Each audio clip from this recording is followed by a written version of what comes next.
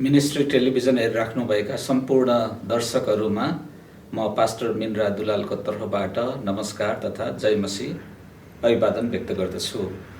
म पास्टर मिनराज दुलाल, मेरो जन्म आजभन्दा 50 वर्ष अगाडि ललितपुरको पहाडी गाउँमा भएको हो र म एक ब्राह्मण परिवारमा जन्मे हुर्की र मेरो परिवारसँगै म सानोमा हिन्दू धर्म र मूर्ति पूजालाई पछि राख्ने व्यक्ति थिएँ बुवा आमासँग।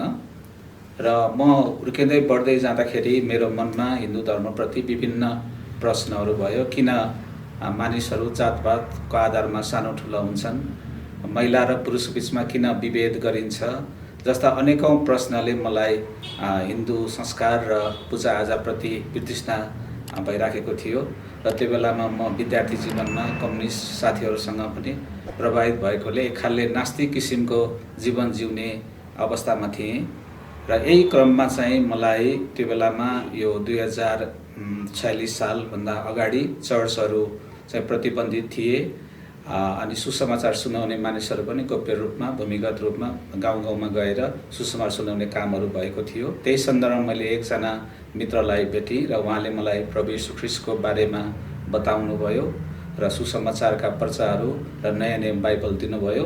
उहाँसँग मैले धेरै किसिमका प्रश्नहरू गरेँ अनि मेरो जिज्ञासाको उत्तरहरू उहाँले दिँदै जानुभयो अनि म लगातार उहाँसँग सम्पर्कमा रही मेरा प्रश्नहरू उहाँलाई राख्दै गएँ। उहाँले मलाई जवाब दिँदै जानुभयो।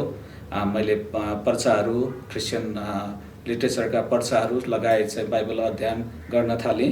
अनि त्यसपछि मैले एक समय यूहन्नाको सुसमाचार 3 अध्यायको 16 पद पढ्दाखेरि चाहिँ येशू ख्रीष्टले चाहिँ हाम्रो निम्ति संसारमा आउनुभएको कुरा अनि यूहन्ना 14 को 6 ले चाहिँ बाटो सत्य र जीवन म नै हुँ भन्ने पदले चाहिँ मेरो जीवनमा परमेश्वर बोल्नुभयो।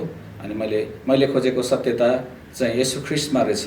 येशू ख्रीष्टमा चाहिँ मानिसहरूको बिचमा विभेद छैन, जातका कुराहरू रहन्छन्। सबै मानिसहरू स्त्री हुन् या पुरुष हुन्, ठुला वा साना, धनी या गरिब, सबैजना परमेश्वरमा एकै हुन् भन्ने मेरो मनको एउटा विचारलाई चाहिँ यो मैले सुसमाचारको पुस्तकमा पाएँ।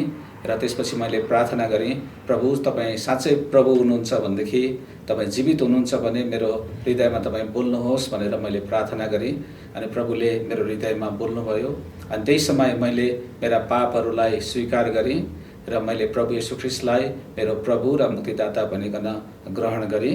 अनि यो समयमा चर्चहरू गाउँमा थिएनन्। म भूमिगत रूपमा मलाई सुसमाचार सुनाउनु हुने मित्र मार्फत काठमाडौँको अन्डरग्राउन्ड चर्चमा 2044 सालमा अनि मैले प्रभुलाई विश्वास गरेँ र 45 सालमा मैले चाहिँ पानीको बप्तिस्मा लिएँ।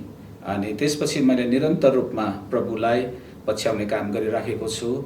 अनि बाहुन परिवारमा गाउँ ग्रामीण जनजीवनमा प्रभुलाई पछ्याइराख्ने काम त्यति सजिलो थिएन।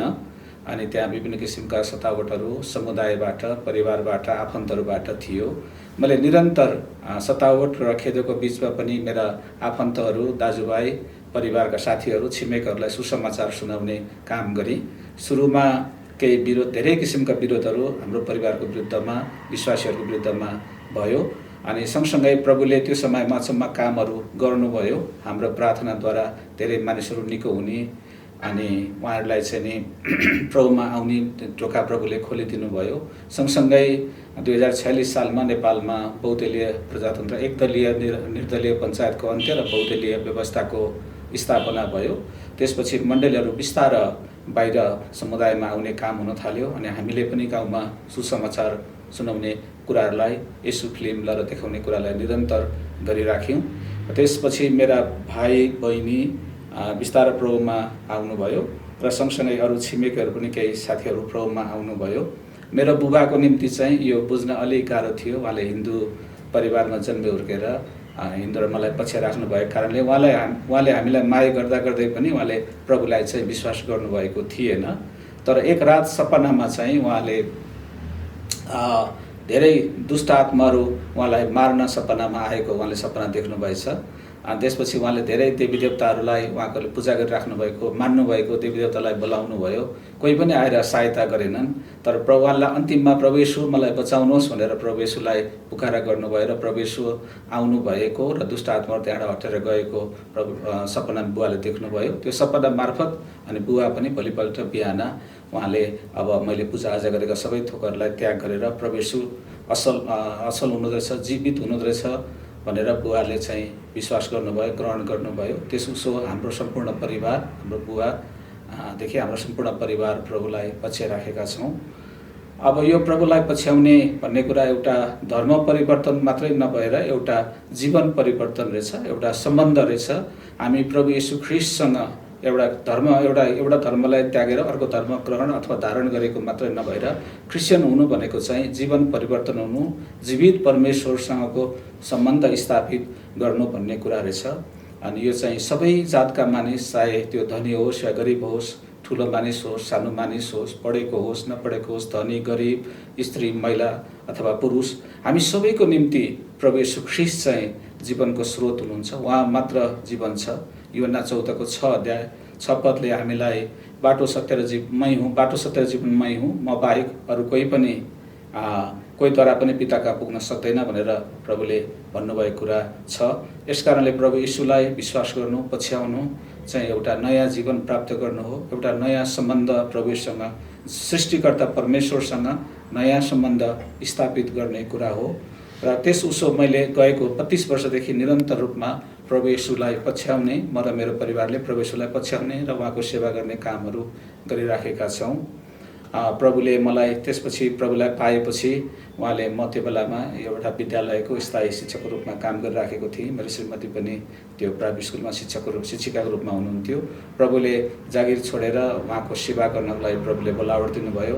हामी बाइबल अध्ययनको लागि बाइबल कलेजमा आयौँ र त्यसपछि बाइबल कलेज सकेपछि हामीले प्रभुले मण्डली स्थापना गर्ने दर्शन दिनुभयो। हामीले 2050 सालमा फिलाडेल्फिया मण्डली भनेर यो बाइबलको प्रकाशको पुस्तक अध्यायमा लेखिएको नाम भाइलाई प्रेम गर्ने भन्ने नाम राखेर, बाइबलकै नाम राखेर फिलाडेल्फिया मण्डली ललितपुरको लगनखेलमा सुरु गऱ्यौँ। हालसम्म यो सङ्गति अहिले ललितपुरको 25 भैँसेपाटीमा अवस्थित छ। त्यहाँको मण्डलीको सेवा गर्ने प्रभुले अवसर दिनुभएको छ। र मेरो जीवनमा मैले 3वटा क्रिस्चियन, एउटा प्रभुलाई विश्वास गरेको मानिस, एउटा समुदायको अभिन्न अङ्ग हो। हामी अब प्रभुलाई विश्वास गर्ने बित्तिकै हामी समुदाय, परिवार अथवा हाम्रो समाजबाट, देशबाट हामी अलग र भिन्नै छौँ भन्ने कुरा होइन। हामी यो देशका एउटा असल नागरिक, समाजको एउटा असल सेवक हिसाबमा मैले यो क्रिस्चियन सेवालाई चाहिँ मैले 3 प्रकारले, हामी क्रिस्चियनहरूले एउटा मण्डलीको अगुवाको हिसाबमा, मण्डलीको सेवा गर्ने व्यक्तिको रूपमा मैले क्रिस्चियन विश्वासीहरू, क्रिस्चियन अगुवाहरू र समाज सेवालाई सँगसँगै लाने एउटा माध्यमको रूपमा मैले प्रभुबाट अगुवाई पाएँ।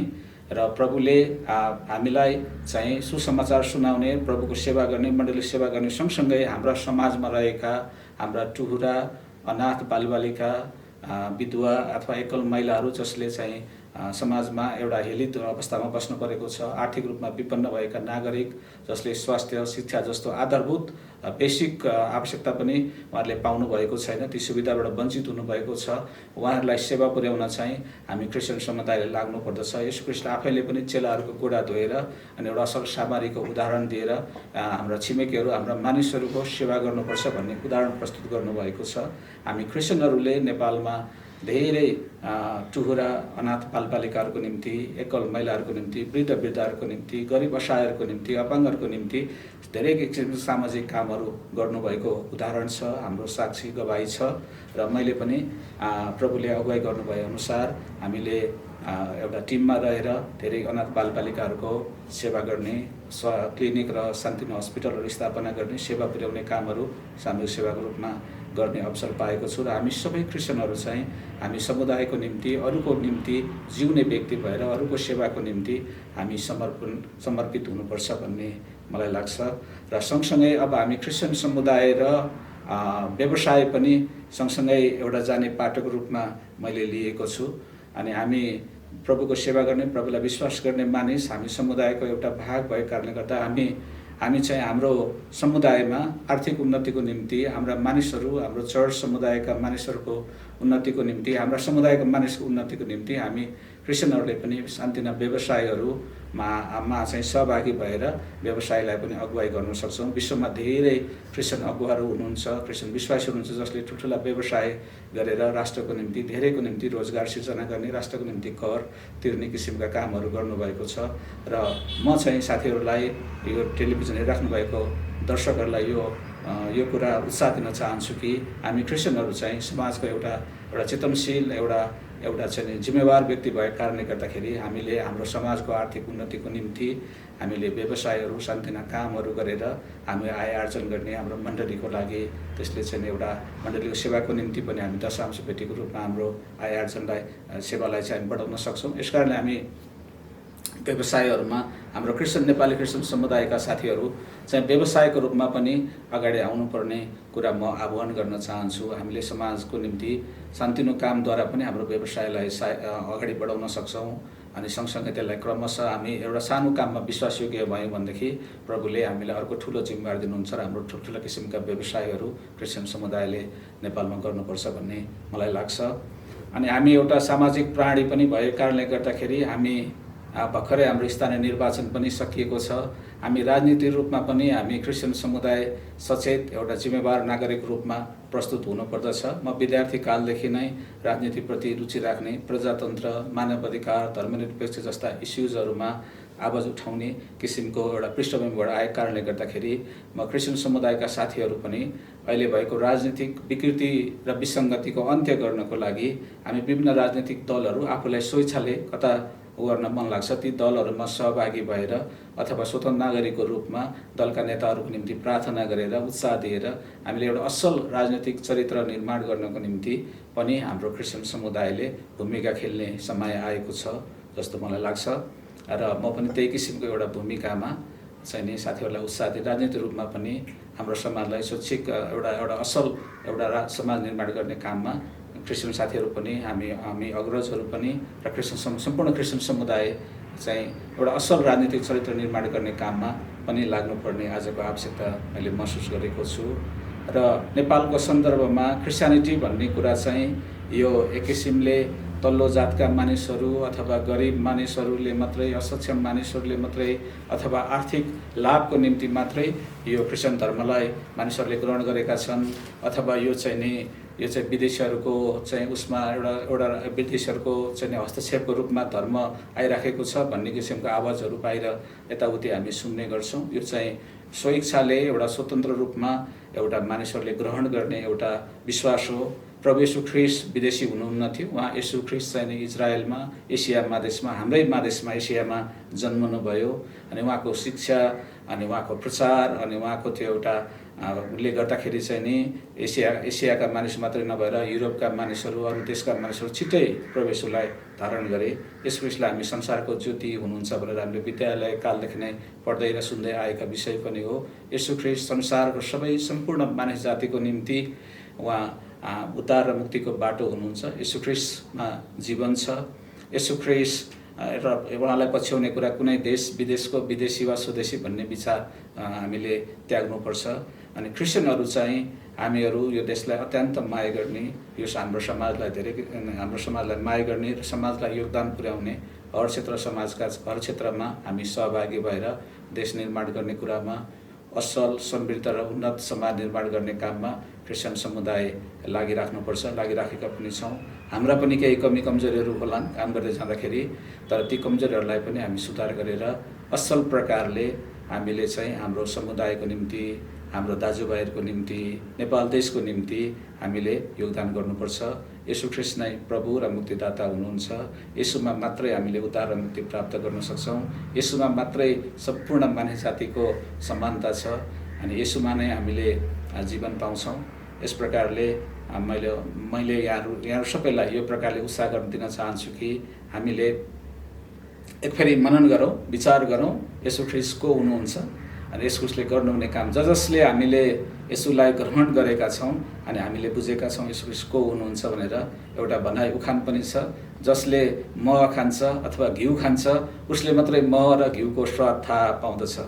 यसकारणले जसले प्रभुलाई ग्रहण गर्नुभएको छ उहाँ कति असल र भला हुनुहुन्छ भनेर हामीले थाहा गरेका छौँ अनि यहाँहरू जसले प्रभु येशूको बारेमा सुन्नुभएको छ अथवा गलत प्रकारले सुन्नुभएको छ, एउटा कुनै धर्म मात्रै हो, धर्मको नाममा मात्रै आएको हो, यो एक खालको चाहिँ यो किसिमको भने यसका नकारात्मक कुरा मात्रै सुन्नुभएको छ, त्यो कुरालाई त्यागेर यहाँहरूले आफैले गम्भीर भएर मनन गरेर प्रभु येशू साँच्चै को हुनुहुन्छ त, प्रभु येशूले मेरो जीवनमा के काम गर्नुहुन्छ, म संसारमा के को लागि आएको हुँ, म किन संसारमा जन्मेको हुँ र मेरो संसारमा आउनु र जिउनुको अर्थ के छ भनेर यहाँहरूले पनि गम्भीर रूपमा एक फेरि आफैलाई प्रश्न सोधेर मनन गर्नुहोस् र अनि प्रभुसँग प्रार्थना गर्नुहोस्। प्रभुले तपाईँको जीवनको अर्थ दिनुहुनेछ। तपाईँले प्रभुलाई ग्रहण गर्नुभएपछि तपाईँले आफ्नो जीवनमा एउटा जीवनको उद्देश्य प्राप्त गर्नुहुनेछ र तपाईँको जीवन फरक हुनेछ।